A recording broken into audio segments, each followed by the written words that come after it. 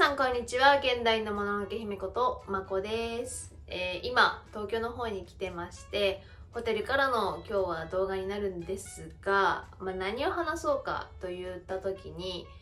今日はオストメイトについて話していきたいと思います。オストメイト、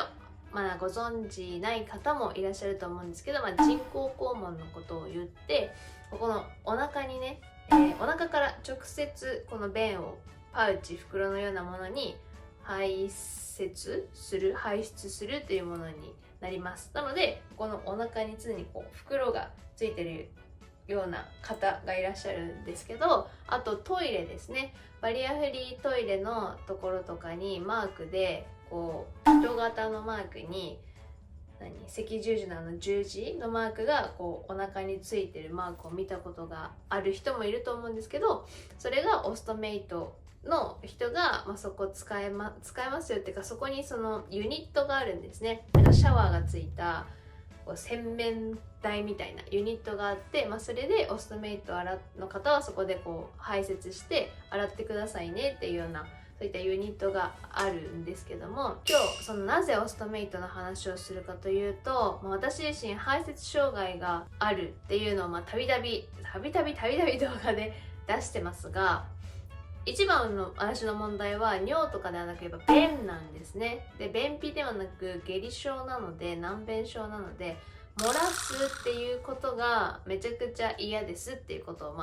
言ってます。で、ある程度の管理 100% じゃないけど、ある程度の管理はしてきてる。で、仮に漏らしてしまった時が、例えば外とかもそうだけど、一人でいた時に片付けるっていうことが大変なんですっていうことを言うじゃないですか。でしたら、そこにコメントで時たまね、オストメイトにしたらどうなんですかっていうのが来ます。で、実際自分もしてますみたいな人もいますけど、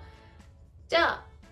私もね、考えたことはありましたが、改めてオストメイトについて考えた時に、やっぱりここのお腹のところにちょっと赤い肛門みたいなものを作って、そこに袋がつくっていうことへのやっぱね、ちょっとした抵抗っていうのがあるっていうのが多分一番なんです。自分で管理できるのであれば、できないんだけど 100% はでもできる限りはやっぱり自分で管理して頑張りたいなっていう、ちょっとそういったある意味見た目っていうところでの抵抗感がどうしてもあるので、そこに踏み切れなかったっていうのが一番ではあります。じゃあそれ以外のオストメイトの良さとか大変さって何なんだろうって思って、知り合いにね、オストメイトの子がいるの。積損とかではなくて、先天性で肛門がなくて、結局自然と人工肛門を作らなきゃいけないっていう子がいているんだけど、その子自体はまだ中学生で、私がその子が小学校の頃に出会っていろいろお話をしてたことがあったんです。で、また改めて、その子のお母さんとかとも連絡を取って、人工肛門の、デメリットって何ですかっていう風なことを聞きました。そしたら、その一番はやっぱりパウチ代がかかるっていうところですっていうことでしたね。もうその子もずっとね、生まれ持ってだから、その扱いということに関してはある程度慣れてはいると。ただやっぱりたまに漏れちゃったりする、接続面から漏れちゃったりすると、やっぱ匂いとかあと汚れというのは発生してしまうし、感染っていうことに関しては毎日ちゃんときれいにしてパウチ交換してれば、その子自体そんな大きな感染をしたことはないっていうことでした。ただやっぱりそういったパウチを毎日交換したり、そのきれいにするためへのお金っていうのが一番かかるのが大変かなっていうことだったし、補助に関しては多分行政それぞれもしかしたらあるかもしれないからわからないけど、でもうちのその子は地元の子だからね、地元ではあんまりその補助っていうのが大きくはないから、やっぱり1回1回のお金がすごいかかるっていうのが大変って言ってました。だから、一番はやっぱりお金の面、その人が言うには別に人工肛門絶対にしなきゃいけないっていうようなところでなければしなくてもいいんじゃないかな。ただ別にしたことでのデメリットっていうところではやっぱそういったお金の部分かなっていうことをお話ししてました。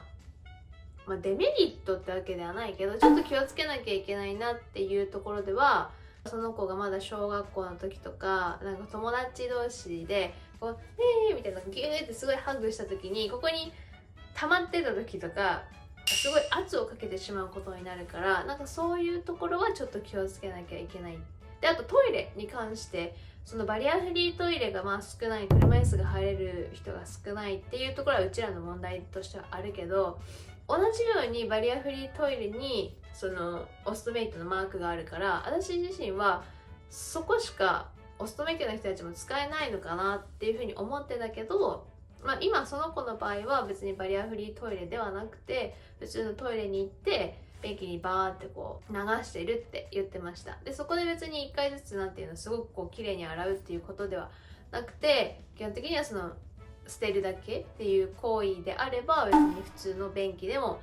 全然ことが足りるっていうことだったので、なんかそのトイレの不安っていうのは今んとこないよって言ってたんです。確かにここのお腹の高さがね、今その子はまだ中学生だから便器に対してのこの距離感っていうのが多分近いんだよ。で、大人の人とかは多分こう膝ついたりしないと、普通の便器だと高さ的には低い。じゃあうちらって考えたら、普段オストメイトの便器がさ、バリアフリートイレの場合隣にあるじゃん。高さ的にはめっちゃちょうどいいところに高さがあるなって思うから、もしその高さという問題に関しては別に車椅子の人も全然問題ないのかなっていうふうに思いました。なので結局オストメイトに関してこれからするのかどうなのかっていうところですけど、やっぱり今のところオストメイトにする選択肢は私の中ではないかなと思います。ただ皆さんもやっぱその本当にトイレで悩んでる、全然便管理ができないっていう人も中にはいると思うので、そういう方はなんかその便管理ができなくて外出またはこう仕事とかそういうのもできない、なかなかこう本当に外に出ること自体が難しいっていうのであれば、オストメイトにしてみて、その便への不安っていうのを取り除くことっていうのも大事なんじゃないかなというふうに思います。オストメイトという手段も一応はあるよっていうのを知ってください。なのでうまくこう便管理できることが一番いいかなと思うんですが、本当に悩みに悩んで本当にどうしようもないっていう時はそういう手もあるよと。だからそういったところで自分のお医者さん、かかりつけ医、何科になるんだろうね。でも泌尿器科とかになるのかなの方とかにね、先生とかにちょっと相談してみるとか、それこそ先生にもメリットデメリットを聞いてみるとかっていうのもあると思います。で、また尿の場合とかは、軽装の人とかは特に自分で排尿できない。ただああいう尿バッグをつけていることも結構大変だっていう人もいると思います。男子の場合は別に脱がなくても排尿できるからいいんだけど、女子の場合はどうしても服を脱がないとなかなか尿道が見えないので、手が不自由な人とかっていうのは排尿が大変なんですよね。なので尿バッグつけてる人もいますが、例えばしょうこちゃんとかは膀胱漏というものをやって、そのお腹に、でもちらっと見たけど全然穴なんてほぼ分かんなかった。なんかお腹に穴開けて、そこから尿を排出するっていう感じだったんで、別に手が不自由でも服を脱がなくてもお腹ピッてこうちょっとめくってやればできるっていう感じだったのが、なんか思ったより普通のおへそみたいな感じでさ、なんかこんな感じなんだって思ったけど、もしだからその膀胱漏っていう手もあったりするので、そこに関してはよかったらしょうこちゃんの方の動画探してみてください。はい、ということで今日はオストメイトについてお話ししてみました。まずはね、皆さんからこういう方法もあるよっていう風に教えていただくのもとってもありがたいですし、今後それこそ例えば年取ったらとかね、おじいちゃんおばあちゃん自分で自分のことできなくなったら、そういったオストメイトとかももしかしたらあるかもしれませんけど、今のところはないですよっていうようなお話でございました。はい、ということでこの動画が役に立ったなと思っていただけたのであれば、ぜひいいねボタンと、あとはチャンネル登録をよろしくお願いします。では本日も最後までご視聴ありがとうございました。